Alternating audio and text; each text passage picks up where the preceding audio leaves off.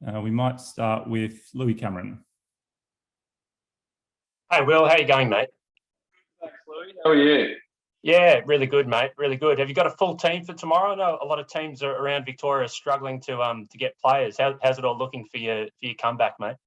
I think we're pretty close to full strength. I haven't really had a look at the team, to be honest, but I know there's a few that we're sort of coming out of isolation just in time. I think we've still got a few out, but I think a lot of clubs are going to be struggling with that. How long have you been back batting for, and how are you hitting them? I was hitting them better on the artificial wickets than I have been on the turf this week, so that was a bit of a reality check. But I've been batting for give or take a month, probably. I had a couple of weeks off because I went away to Merimbula for a little bit, which was lovely. But yeah, I've been batting for probably a month, and yeah, feel like I sort of try and keep it pretty simple at the best of times. So haven't changed too much, which is good. How does it, I guess, fit into the overall plan for you come back? I imagine the Shield might resume next month at some point. We're not really sure how it all goes, but yeah, what's the kind of plan you've got? Yeah, that's basically it to a T. Just play these grade games over January and then hopefully come back for the Shield in Feb, I think it is. So obviously a lot's up in the air at the moment, but it's all sort of gone to plan after we made this plan. I sort of passed all my concussion tests around mid-December and was able to sort of get back into a bit of fitness work and being able to build that up and then have a fair few hits, which has been really good fun. So, yeah, it's good to be back into it. Does it get harder, mate? I mean, all these comebacks, like do you struggle at all? How's this one going, I suppose? It's probably hard at the start when you sort of feel like you're missing out on a lot of stuff, but I kind of enjoy it when you're in that run and you've got sort of a bit of a plan, I guess, for when to return and ticking off certain things, because you sort of have the excitement of feeling like you're improving all the time and ticking things off a bit more. Whereas sort of, especially after a head injury, the initial first couple of weeks can be quite hard because you obviously got a concussion and things can be quite difficult. But I've actually loved sort of the last month when I've been feeling back at 100% and able to just sort of do my own thing and get back there in my own time. I'll just one more, if you guys don't mind. There's probably a few BBL teams who might have liked you as well. They're kind of going down like flies. Did anyone hit you up? Did you kind of consider that?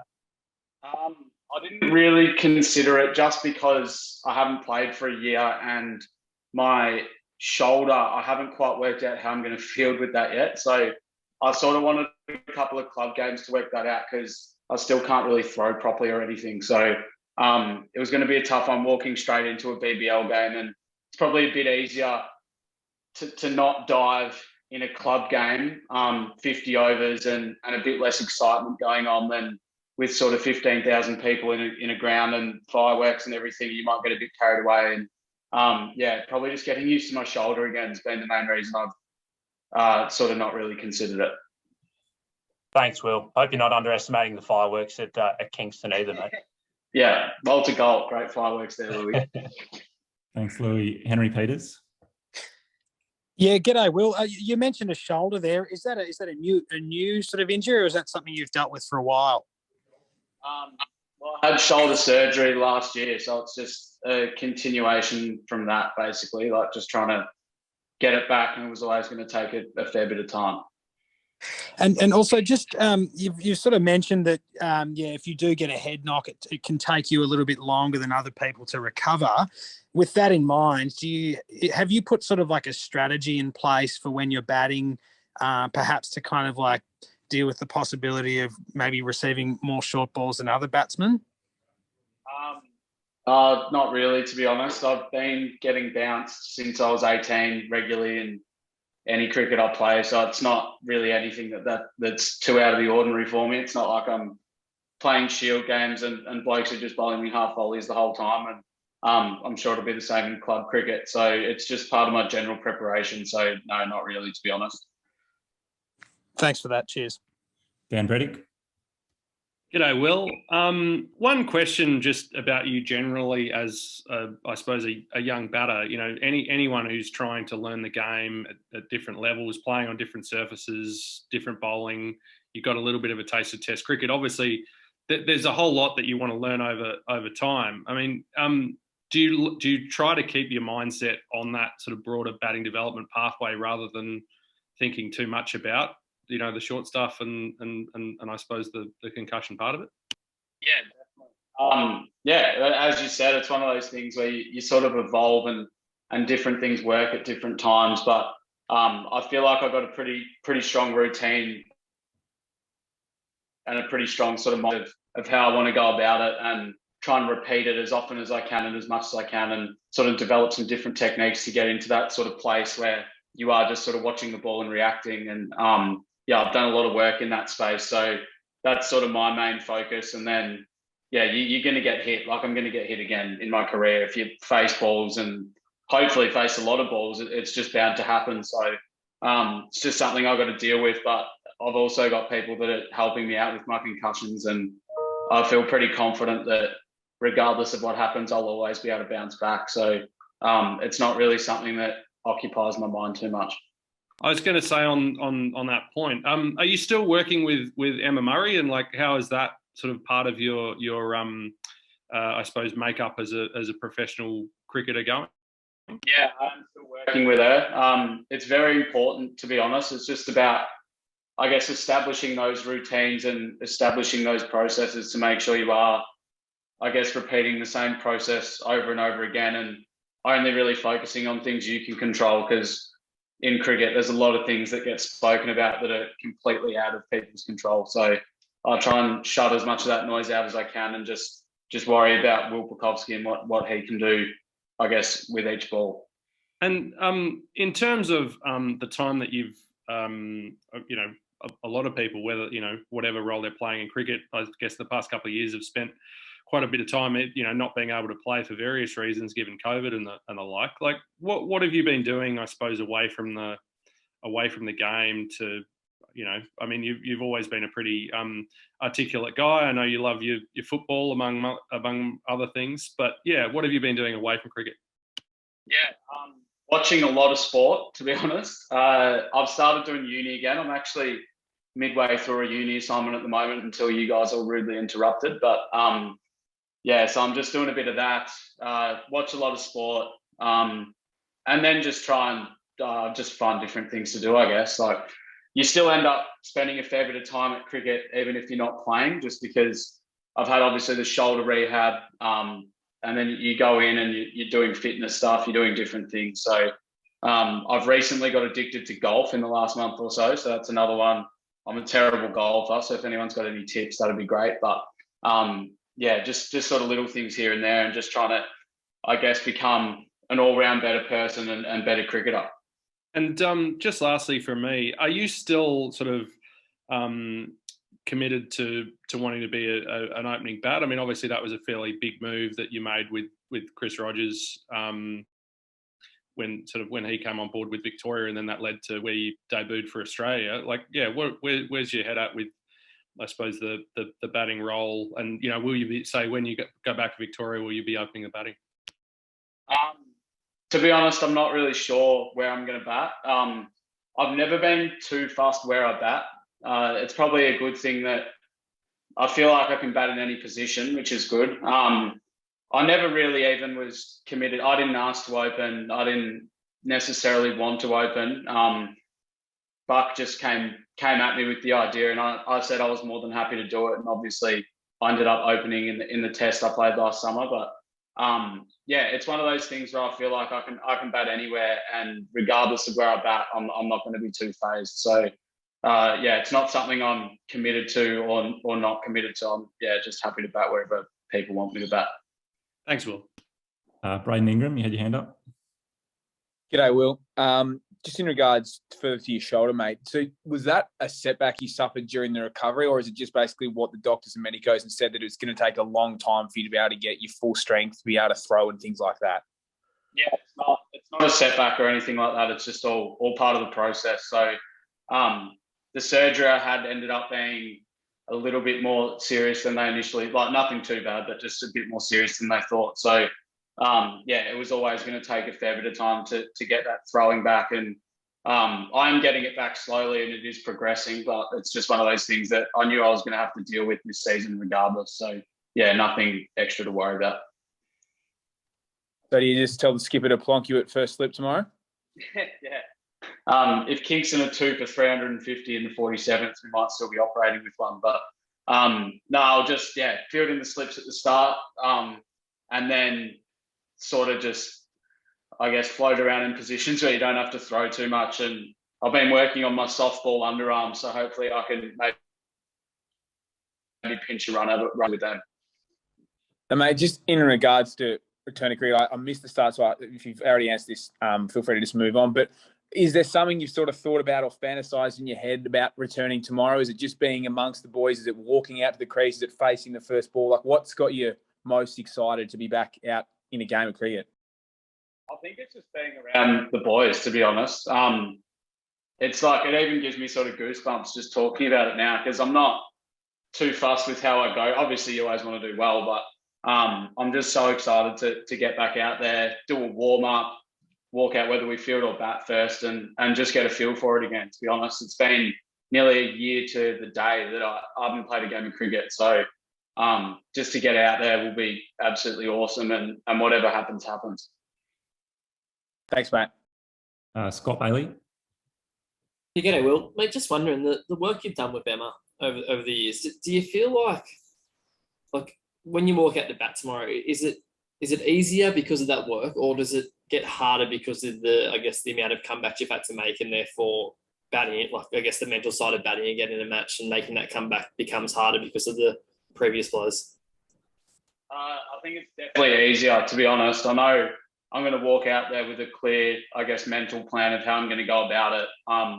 And that kind of takes the pressure off you in a way. I'll just go, okay, well, these are my controllables. I'll just focus on them. And then the results sort of take care of themselves. And it's one of those games where you're going to miss out and results aren't going to go your way all the time. But I think if I can just implement those processes over a long period of time, I'm going to hopefully succeed more than I fail. So, looking at it in that sense, I'm not stressed at all, really. I'm just pretty excited to get out there, and I know I'll probably be a bit overly excited at the start just because I haven't been out there for a while, but again, I've got ways to try and control that. And sort of ever since I've stopped looking at results and more looked at process, I've found that pressure of going out to bat pretty easy to deal with, just because you don't have everything on the line in terms of I've got to make 100 today, I've got to do this. It's just go and control what you can control each ball. And this sounds rather blunt, I guess, but before you said you accept that you're going to face a lot of balls, so therefore the chances are you're going to get hit again at some point. That's the reality for any cricketer. Is that something, are you in a better place mentally for cricket on accepting that? Is it something you've had to accept, or how do you sort of approach that? Yeah, I just think, I don't know, it's just sort of one of those things where I'm hoping that the day comes where I get hit and I can just keep batting. That would be the ideal scenario, but it's one of those things where I have full faith in the people that I have around me that allow me to sort of physically and mentally get out there and play good cricket. I know how much I want it and how much I love it. So in that sense, I guess I just sort of focus on that and worry about things like that when they happen. But yeah, it is annoying, obviously, when you get hit, but it's just one of those things, and it will happen again. And I know I can bounce back. I've bounced back numerous times before and succeeded and done well. So there's no question in my mind that I'll be able to keep doing that regardless of how many setbacks I get, even though I'm kind of hoping now I get a clear run at it. And hopefully the setbacks sort of come to an end. Absolutely, mate. No, absolutely. And last one from me. How do you sort of just approach mental this summer? Have you watched much of the Ashes? Have you watched a lot of it, or have you tried to not watch much of it because it's difficult to watch, knowing that I guess you were there and could well have been there again if things had gone your way? Yeah, it can be difficult to watch at times, if I'm honest. It's one of those things where I've always had a very big passion for Test cricket and playing Test cricket. So I guess when other people are doing it, as much as, because a lot of them are friends of mine, you're excited for them and hope they do well. It does still suck a little bit that you're not out there. But I guess that's a good sort of a motivator as well, where you just go, well, hopefully that's where I want to be. So hopefully I'll get there again as soon as possible. So I have definitely watched a fair bit of it though, because I'm probably too much of a fan to not watch it, to be honest. So and because I get pretty addicted to sort of Test cricket, and I love the longer format. Yeah, I have watched it a fair bit, but yeah, at times it can be quite tough. But yeah, as I said, it's a good motivator to try and get back there as soon as possible. Thanks, mate. Sam Lansberger. G'day, Will. Congratulations on getting back out there tomorrow. Just wondering, obviously, I think it's 12 months almost to the day that it was pretty exciting for you. Where have you tucked your baggy green, and have you had a look at it a couple of times throughout this year? I can't answer that, Sam, because I'm worried someone will come and try and rob my house and find it. But I have definitely had a look at it a couple of times. Dad's got sort of the whole day recorded on the IQ back at mum and dad. So yeah, it's one of those things where, again, it's pretty exciting, but I feel like I've sort of got over that first barrier of playing a game for Australia, but now the ultimate focus is on hopefully being a long-term Test player. So it's one of those things where it's exciting and you're happy that it happened, but yeah, the fire's definitely still burning to make sure I get back there. Sorry, just wondering, was there a moment over the last few months where you doubted that tomorrow might happen? I mean, was there ever a moment where you thought it might be too hard or you might not get here? I guess logically no, but you definitely do have days, especially sort of post-injury, where you're thinking how much of a nightmare it is and how much it sucks and how bad you feel and everything. But I think that's just a normal part of life. Everyone sort of would go through those days, and obviously when you're injured and not doing what you want to do, which is obviously playing cricket at the highest level you can, it can be quite tough. So I'm sure if anyone was sick or injured, they'd be going through the same thing. But I've always had, as I said before, good people around me, and there's always been a plan, which always helps me. And as you do start taking those steps towards recovery, those times become less and less, and you just get pretty much super excited about being back and being amongst it. Well, last one, if I can, Will. I'm just wondering, how did the recovery for this one compare to the others? I mean, when were you sort of symptom free, and what were those initial few weeks and maybe months even like? Yeah, it probably took 5 or 6 weeks, I would say, before I sort of got back on track. So I accidentally dropped the ball. But yeah, it took probably 5 or 6 weeks, but I guess the first couple of weeks were pretty hard. I was sort of, I guess, trying to go for walks and stuff, but feeling pretty sick, even walking around the block. And yeah, it wasn't obviously ideal. And they're probably the times where you're really struggling. But I'm pretty lucky. I've got an awesome family. I've got an awesome girlfriend. I've got awesome friends that get you through those tough bits. So yeah, it was one of those things where you do struggle a bit initially, but then when you're back in the nets, even hitting sort of tennis balls and then you progress to underarms but cricket balls, and then back into flingers, and then facing bowlers.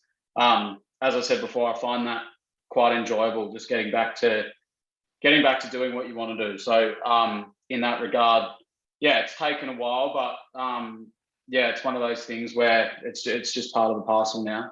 And yeah, I'm hoping that obviously with the people I've got around me, the next time I get hit, it's sort of luck of the draw a bit with concussion, but I know I'm in the best possible position to deal with it the best I can. Brilliant, mate. Good luck tomorrow. Thank you. We'll go to Dan Cherney and then finish off back to Dan Brady. G'day, Will. Clearly, I suppose you were a test incumbent when you had your injury. Realistically, when do you think the earliest is that you can play another test, and what's the communication been like from selectors? I mean, is Pakistan at all on the radar? Is it one of the mid-year tours, or is it next summer, you think? I haven't really spoken to anyone about it, to be honest. I'd like to say that if I am playing Shield cricket for Victoria and I put my name up, I'm ready to go. So I think the Pakistan tour is in March. So yeah, when I'm playing for Victoria, if I'm doing well and put, I guess, performances on the board, then I can't see why I wouldn't be in line to be selected there. But obviously that's, yeah, in the selectors, I guess, minds as to what they want to do. So I haven't really spoken to anyone about it other than I had a chat to George Bailey around when I'd sort of been pulled out of the initial Ashes squad, and he just said, mate, just make sure you get yourself right. We want you as a sort of long-term player for Australia, so don't stress too much about it, which was pretty awesome to hear, to be honest, because you get pretty worried that with the injury pile up that people are maybe going to give up on you. But to hear that from him was great. So yeah, as soon as I'm back playing for Victoria, I'm ready to play for Australia if selected. So that's good, I guess. Thanks, Will. Back to Dan Breddick to finish off. Will, just one in terms of you're talking about like what your mindset might have been, whether it's playing the game or going out to bat before you work with Emma. Could you just turn the clock back a little bit and talk through what it was like then versus what it's like now, and I suppose when that when you started to make that change with her? Oh, Dan, you mean when I first started working with her or before I worked with her? Yeah, what it was like before you worked with her, and then what was the the key change really? I think before I worked with her, I just didn't really not know what I was doing, but I wasn't, I guess, aware. I was still probably doing a lot of things, but I'd do them intermittently and not really have, I guess, a genuine focus on what I was trying to do with purpose, and probably letting a lot of external factors that I have no control over, such as pitch condition, ball,